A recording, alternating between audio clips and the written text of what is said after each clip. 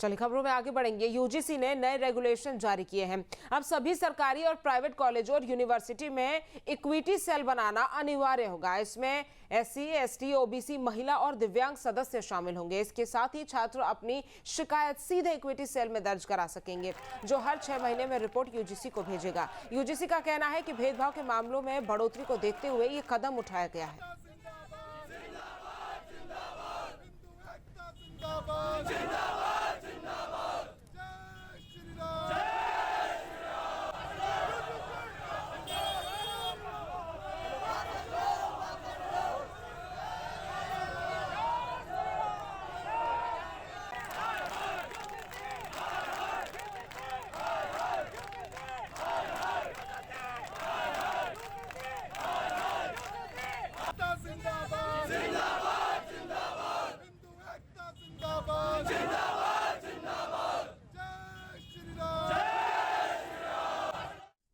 तो देखिए, equity cell हर 6 महीने में यूजीसी को रिपोर्ट सौंपेगी। हर यूनिवर्सिटी और हर कॉलेज में इक्विटी सेल बनाना अनिवार्य कर दिया गया है, क्योंकि नई गाइडलाइन जो है वो यूजीसी ने जारी कर दी है।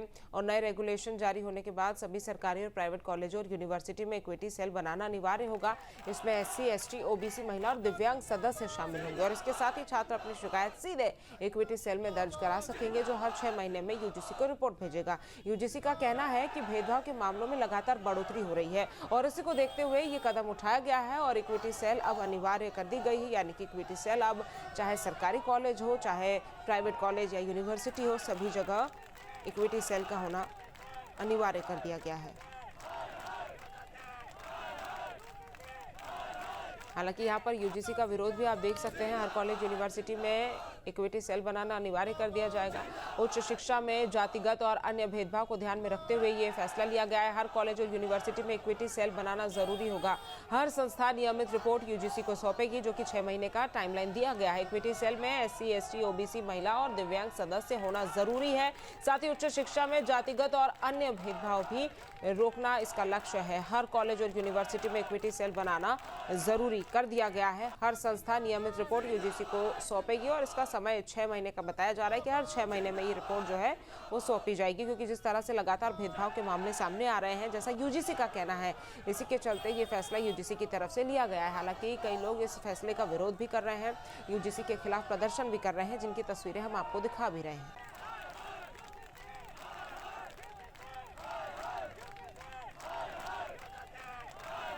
देखिए, छात्र अपनी शिकायत सीधे इक्विटी सेल में दर्ज करा सकेंगे और इसके लिए छात्रों को कहीं भटकना नहीं पड़ेगा, कहीं परेशान नहीं होना पड़ेगा, क्योंकि यूजीसी ने कहा है कि कोई भी प्राइवेट यूनिवर्सिटी हो या फिर सरकारी कॉलेज यूनिवर्सिटी हो, वहाँ पर इक्विटी सेल बनाई जाएगी और उस इक्विटी सेल में जाकर अपनी शिकायत दर्ज की जा सकती है। कोई भी व्यक्ति वहाँ पर जाकर अपनी शिकायत दर्ज कर सकता है और उसके बाद 6 महीने के बाद ये रिपोर्ट जो है यूजीसी को सौंपी जाएगी और इस तरह से यहाँ पर जो भेदभाव की भावना है उसको कम करने के लिए फैसला यूजीसी लेती हुई दिखाई दे रही है।